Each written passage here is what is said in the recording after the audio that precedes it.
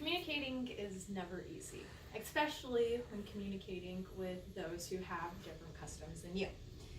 My name is Maria Randall, and my presentation today is how to communicate correctly in Japan.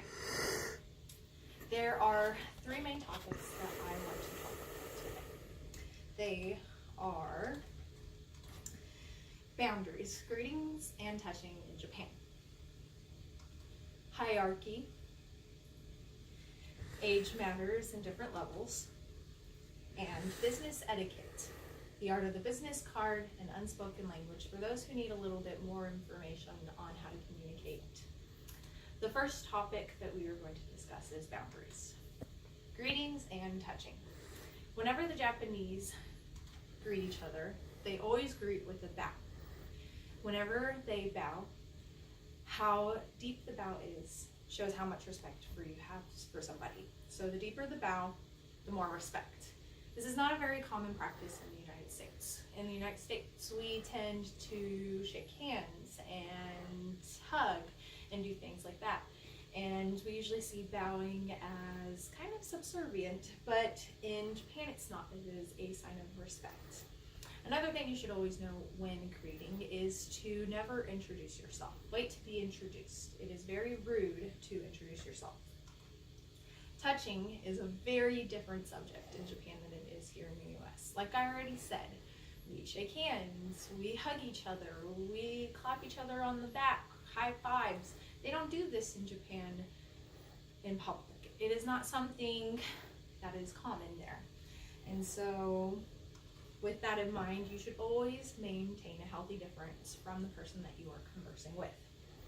Our next topic is the hierarchy, age matters, and different levels. In the United States, age is an important thing. We respect our elders. In Japan, it's not just elders that matter. Who you are talking to and what age they are depends on how you will greet them.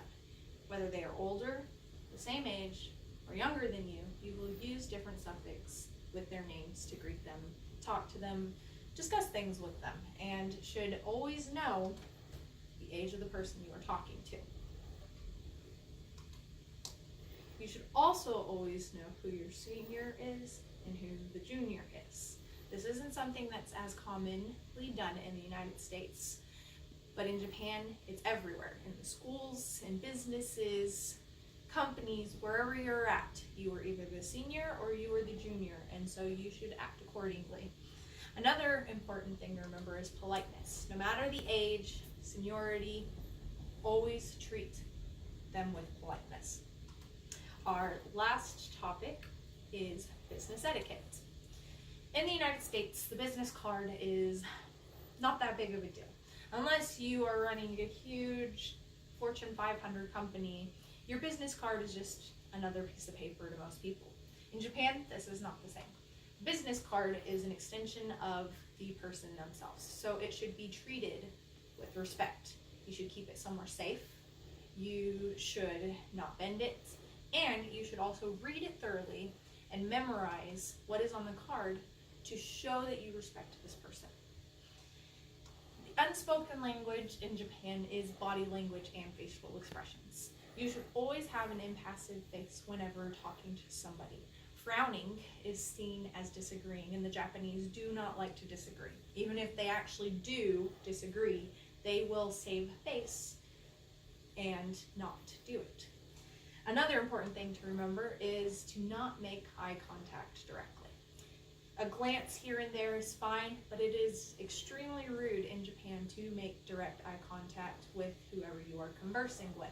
And so, looking at the ground is acceptable, looking at your feet, glancing around, these are all common things to do in Japan. If you do find yourself staring at somebody, they may be giving you the death glare back because they think you are staring them down.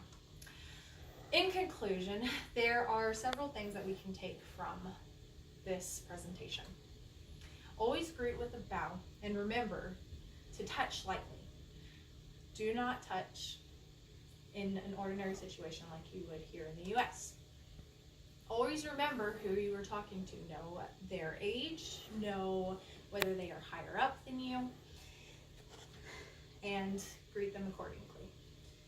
Business cards are important and an extension of oneself, so you should always treat them as such. And your body language is just as important as your spoken languages.